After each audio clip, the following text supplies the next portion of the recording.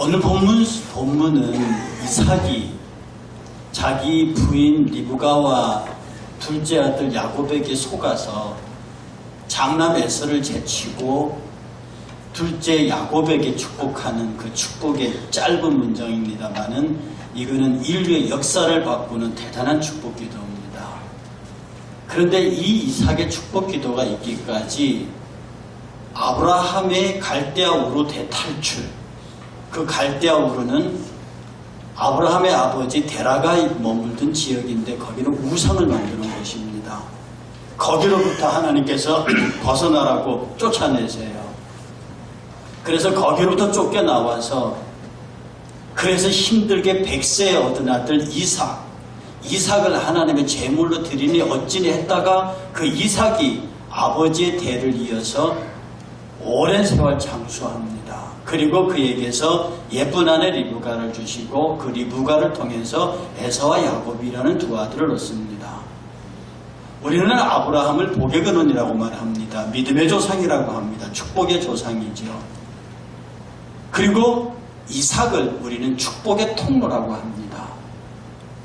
여러분, 이 아브라함과 이삭과 야곱을 보면 각각의 삶의 특징이 너무 분명해요. 그래서 야곱에게서 그 일이 완결될 때까지 하나님께서는 당신을 아브라함과 이삭과 야곱의 하나님이라고 규정을 하시거든요. 이 아브라함은요, 그야말로 모험과 결단과 시작의 근원입니다. 갈 바를 알지 못하고 고향을 떠났고요. 여러 곳을 순례하면서 이스라엘 족속이 메시아의 족속이 되기 위한 거대한 기초를 놓는 아브라함에서 아브라함으로 그 이름이 바뀌면서 그 민족의 출발을 알린 위대한 사람입니다. 그야말로 그도 풍상을 겪으면서 우여곡절을 겪으면서 민족을 이루어가죠. 그 아버지에 비해서 이삭은요, 그렇게 평탄할 수가 없습니다. 이 이삭은 아브라함과 이삭과 야곱 셋 중에서 가장 거부해요. 그런데도 일생 살면서 아버지가 한번 자기를 꽁꽁 묶고 모리아산 꼭대기 올려놓고 칼로 찔러 죽이려고 하는 그 기사 외에는 특별히 고난을 당한 바가 없습니다. 어려운 세월을 겪지 않았다고요. 그런데 그는 정말로 많은 축복을 누린 사람입니다. 그리고 그 축복을 야곱에게 물려주고 있어요. 원래는 이 축복이 에서에게 가야 합니다. 그런데 원래는 에서에게 원래 가면 안 되는 것이, 그럼 원래 야곱에게 가야 되는 겁니다. 왜냐하면 하나님께서 이 에서와 야곱이 태어나기 이전부터 야곱을 통해서 일을 하시겠다고 말씀하셨거든요. 그런데 사람이 늙다 보면요, 여러분 그 생각 안 드십니까? 아무리 내가 이때 이삭이 축복할 때 눈이 어두워서 앞이 안 보였어요. 여러분이 예를 들어서 80, 90, 100세가 돼갖고 앞이 안 보인다고 해도 평생을 같이 살아온 자기 장남하고 차남을 못 알아보겠습니까? 그것도 비슷하지도 않아요. 이 야곱은 매끈매끈해가지고 몸에 털도 없어요. 그리고 목소리도 부드러웠다고. 반면에 에서는 온몸에 털복숭이입니다. 목소리도 거칠어요. 그러니까 외형도 다르고 목소리도 다르고. 그런데 이삭이 그 두 아들을, 왜냐면 어머니가 야곱을 변장을 시켰다고요. 여기 매끈한 피부 위에다가 짐승의 털 가죽을 입히고 목에다가 짐승 털을 두르게 해가지고, 그게 나중에 이삭이 뭐라고 하냐면, 희한하다, 내가 만져보니까 목소리는 야곱인데 피부는 에서다, 이렇게 하신단 말이에요. 그게 뭐냐면 이미 그 야곱을 축복할 때쯤 와서는 이미 모든 판단력을 다 잃어버린 겁니다. 어떤 인지 기능도 잃어버리고 판단력도 잃어버리고 오직 살아서 마지막 할 일이 자식 축복할 일만 남은 겁니다. 그 와중에서 이삭이 잊어버린 게 있는데 뭐냐면, 하나님의 약속이 야곱을 통해서 이루어질 것이라고 하는 것을 잊어버린 거예요. 그래서 일반적인 상식과 보편적인 기준에 의해서 장남 에서를 축복하려 했습니다. 에서의 착각도 여기 있습니다. 자, 자기가 그 집안의 생물학적인 장남이니까 당연히 그 축복은 자기에게 올 거라고 생각했습니다. 그래서 동생이 팥죽 한 그릇을 내밀었을 때 냉큼 팥죽 한 그릇에 장자 명분을 팔아버립니다. 이 에서와 이삭의 실수는 뭐냐 하면 하나님의 말씀에 무게를 두지 아니하고 하나님이 그 일을 어떻게 이끌어 갈 것인지에 대한 관심을 두지 아니하고 그냥 자기들이 살아가기 쉬운 방식으로 평범하게 일을 진행해 버린 겁니다. 그래서 에서를 축복하겠다고 에서에게 얘기하는 얘기를 리브가가 들었습니다. 여러분, 리브가가 무슨 에서 장남하고 무슨 뭐가 심정이 좋겠습니까? 그렇게 축복을 야곱에게 빼돌리고 야곱을 변장시켜 줄 만큼 에서가 미웠냐고 성경에 그런 기사 하나도 없습니다. 성경에 리브가가 에서를 미워했던 기록이 없다고요. 그런데 마지막 축복의 순간에는 야곱을 에서로 변장시킵니다. 야곱을 대신해서 자기가 직접 요리를 해갖고 야곱의 손에 들려줘요. 에서가 사냥 나가는 동안에. 뭐냐면 리브가는 그리고 야곱은 하나님의 축복이 누구를 통해서 계대될 것이라고 하는 것을 알고 있고 나이가 들어도 그것을 잊지 않고 있다고 하는 겁니다. 여러분, 저와 여러분들이 오늘 이 야곱의 축복에 참여하기를 원하는 사람은 우리 신앙의 세계에서 보편적으로 일반적으로 상식적이라고 하는 세계로부터 벗어나야 합니다. 여러분, 기독교 자체가 상식적이지 못합니다. 기독교 신앙의 믿음 내용 자체가 상식적이지 못하다고요. 하나님이 인간이 되셨대요. 어느 과학이, 어느 상식이 그것을 정당하다고 말합니까? 그가 우리를 위해 십자가에서 대신 죽으셨대요. 어느 과학이, 어느 철학이 그것을 정당하게 말합니까? 그가 부활 승천하셨대요. 과학자들은 믿지도 않는 얘기입니다. 철학자들은 말도 안 되는 얘기라고 하죠. 그가 다시 오시겠대요. 천당이 있고 지옥이 있답니다. 기독교의 가르침의 보편적인 가르침 전체가 과학과 반하는 것이요, 상식과 반하는 것이요, 보편과 어울리지 않는 것들입니다. 그러나 거기에 기초해 있으면 우리는 절대로 영의 세계의 위대한 하나님의 세계를 경험하지 못합니다.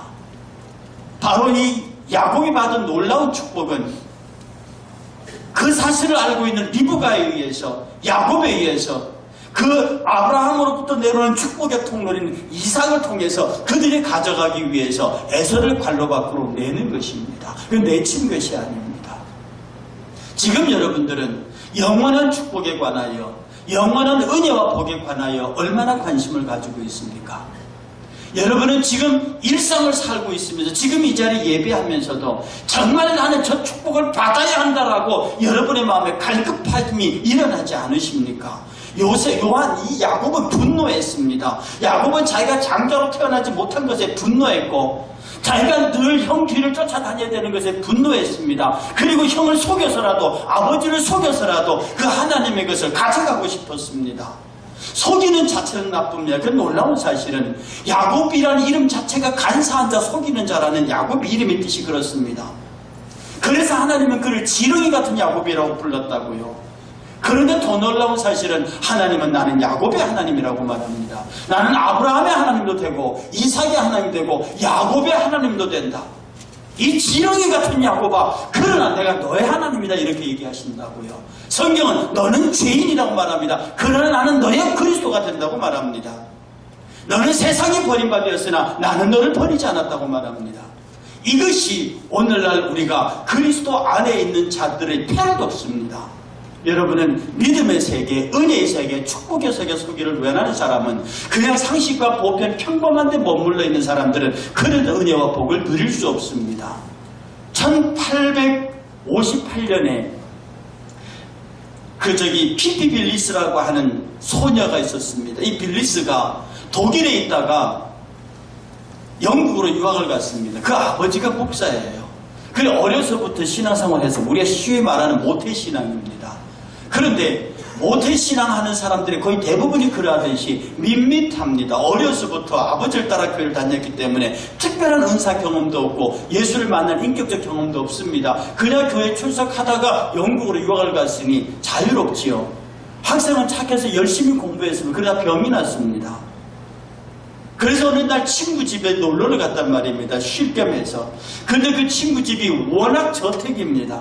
들어갔는데 복도에 그림이 하나 걸려 있습니다. 그 그림이 뭐냐 하면 그 유명한 렘브란트가 그린 진품이었습니다. 십자가의 고난이라고 하는 예수 그리스도가 십자가를 메고 매에 맞고 가시말로 피를 철철 흘리는 그런 그림이 복도에 걸려 있는데 그것을 보는 순간에 점점 가까이 다가갔습니다. 그리고 마치 그 그림이 빨아당기듯이 자기를 잡아당겼습니다. 그래서 그 그림 앞에 가서 멍청하게 서서 그 그림을 바라보고 있는데 형용할 수 없는 묘한 감정이 들었습니다. 그런데 그 그림 밑에 하나의 식귀가 이렇게 써져 있었습니다. 나 너를 위하여 이렇게 고난받았는데 너는 나를 위해 무엇을 주느냐? 너는 나를 위해 무엇을 주느냐? 그 렘브란트의 그림 앞에 그 십자가 면류관을 쓰고 있는 가시 면류관을 쓰고 있는 그 피 흘리는 예수의 사진 앞에서 묘하게 일어나는 감정의 변동과 더불어서 그 밑에 쓰여져 있는 식기 내 너를 위하여 이렇게 고난을 받았는데 너는 나를 위해 무엇을 하느냐? 너는 나를 위해 무엇을 해? 이것을 보는 순간에 그의 가슴 속에 설명할 수 없는 눈물과 고통이 그를 뒤엎었습니다. 그리고 그는 이렇게 고백했습니다. 내가 주님을 잊고 나를 위해 희생하시고 고난받으신 그리스도를 이렇게 잃어버리고 살았구나. 만약에 이것이 사실이라면 내가 주님을 위해 드리지 못할 것이 없다라고 그 자리에서 울었다는 거죠.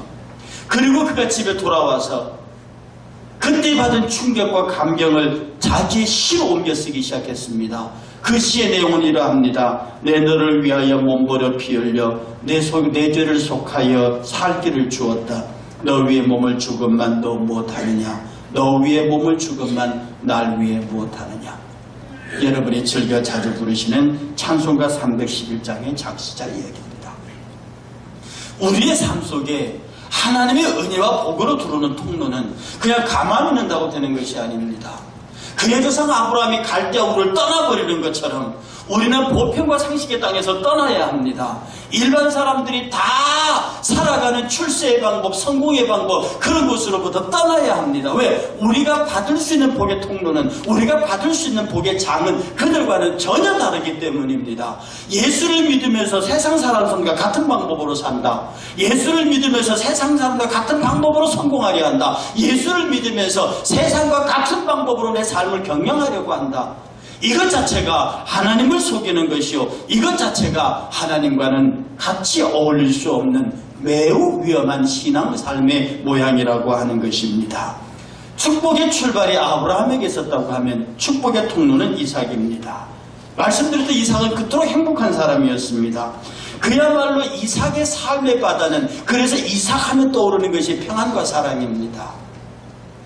아브라함 하면 떠오르면 축복과 고난입니다. 축복과 시작입니다.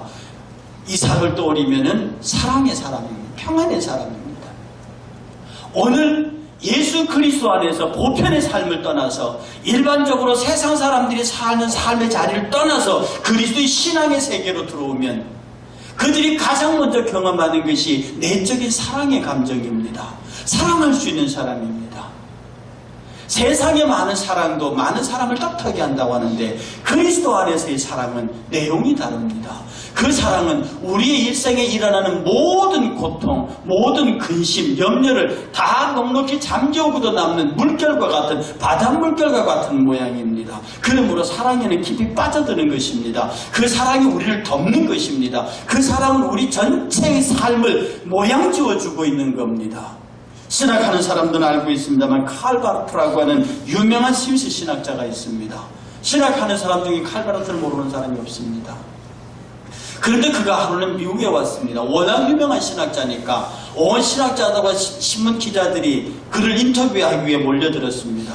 그리고 어떤 기자가 이렇게 물었습니다. 당신이 평생 동안 신학을 연구하고 세계적인 신학자가 되면서 당신이 가장 발견한 가장 위대한 진리는 무엇입니까? 당신이 발견한 위대한 신학적 용어는 무엇입니까? 이렇게 물었단 말이죠.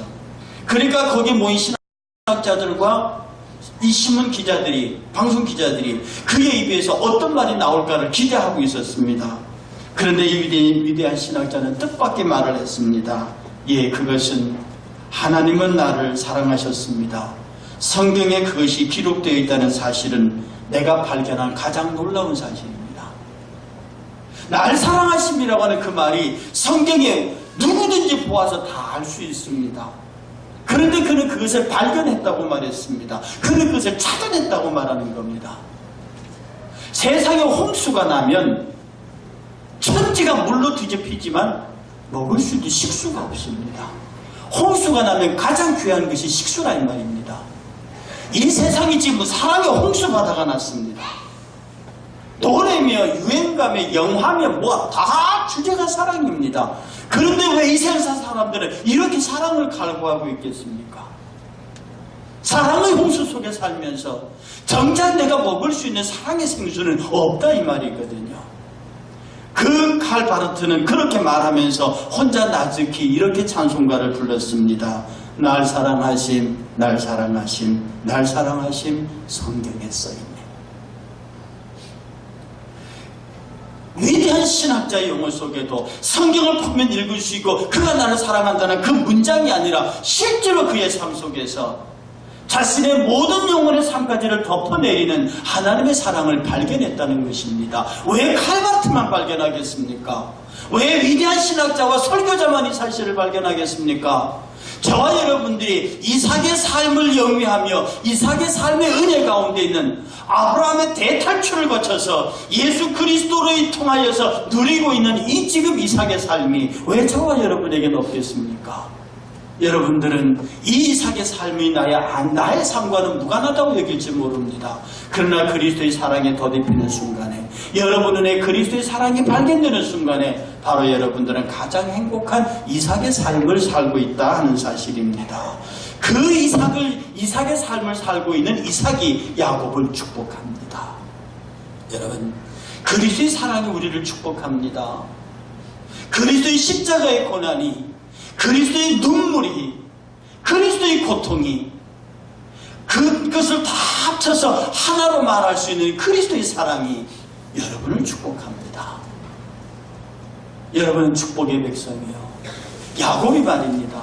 바로 앞에서 바로가 네 나이가 몇 살이냐 물으니까 내 나이 130살인데 내 조상의 연수들과 비슷하긴 한데 정말로 험악한 세월을 보냈다고 말했습니다.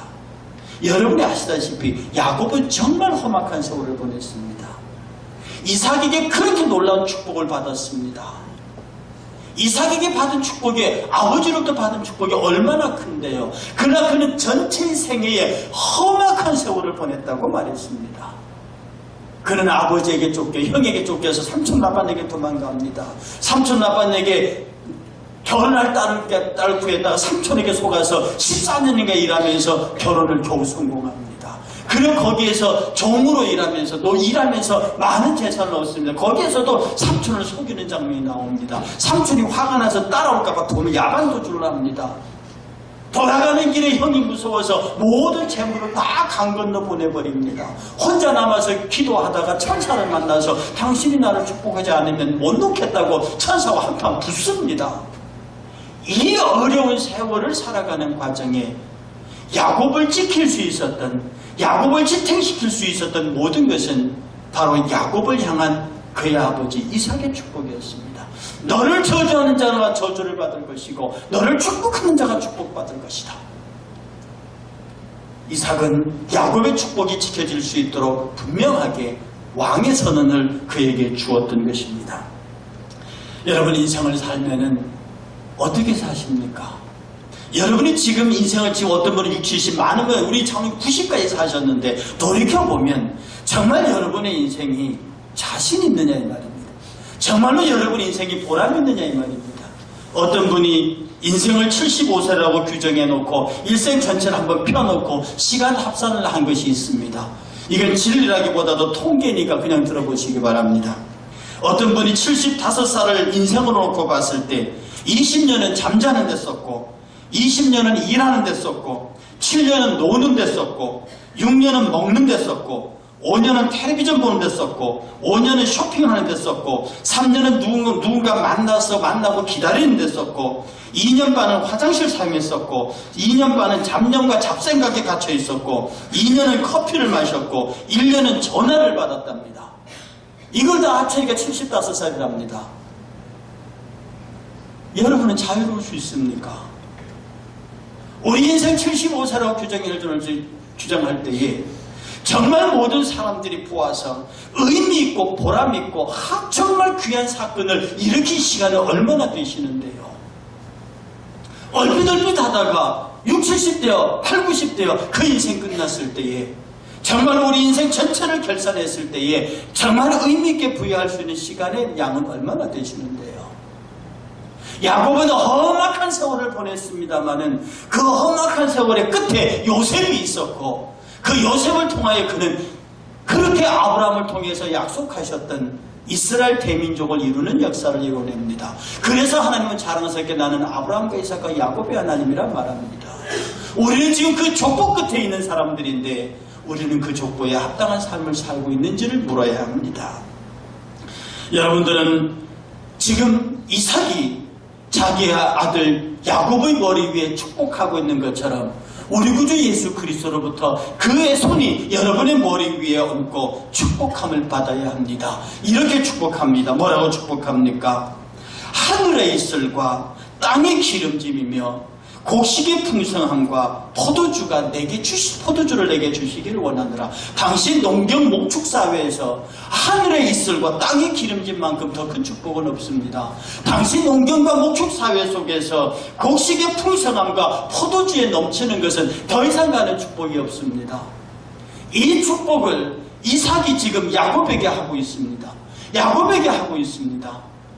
그 사랑의 생애를 살았던 평안의 생애를 살았던 그 이삭이 야곱을 향해 사는 축복입니다. 오늘 우리 사랑의 주여 평강의 주가 되시는 그분께서 지금 저와 여러분들의 머리 위에 손을 얹고 너희들이 대탈출을 하였다면 아브라함이 자기 보토와 친척과 아비의 집을 떠났다면 우리가 상식의 땅을 떠나고 세상의 땅을 떠나고 보편의 땅을 떠나서 정말로 예수 그리스도 나를 위해서 죽으시고 십자가 못 박혀 죽으시고 부활하시고 다시 오시겠다고 하는 그 믿음의 신앙 안으로 들어온 모든 사람들 그들 위해 평안의 주께서 축복하시기를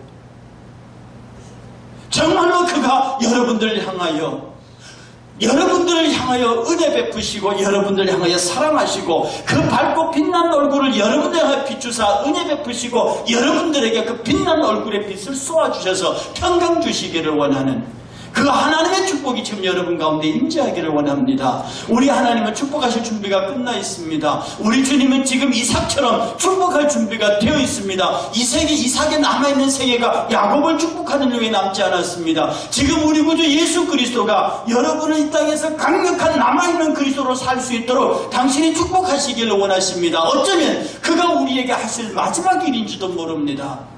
저와 여러분들이 그 축복 가운데 거해야 합니다. 만민이 너를 섬기고 열국이 내게 굴복하리니 내가 내 형제들의 주체가 되고 내 어머니 아들들이 내게 굴복하리니 너를 저주하는 자는 저주를 받고 너를 축복하는 자는 저를 복을 받을 것이다. 오늘 우리가 이 세상을 살면서요 축복의 백성으로 살아야 하지 않겠습니까? 오늘 이 세상을 살면서 넉넉히 이기는 삶을 살아야 되지 않겠습니까? 이 놀라운 사건은 아브라함의 대탈출로부터 이삭의 평강으로부터 그 탈출과 평강으로 이어지는 그리고 야곱에게서 모든 축복의 사실이 완결되면서 요셉으로 넘어가고 그 요셉을 통해서 대이스라엘 민족을 이루고 그 이스라엘 민족을 통해서 그리스도를 보내는 이 믿음의 족보 가운데 끝부분에 지금 저와 여러분들이 있다고요. 저는 여러분들이 이 축복의 대열에서 벗어나지 않기를 축복합니다.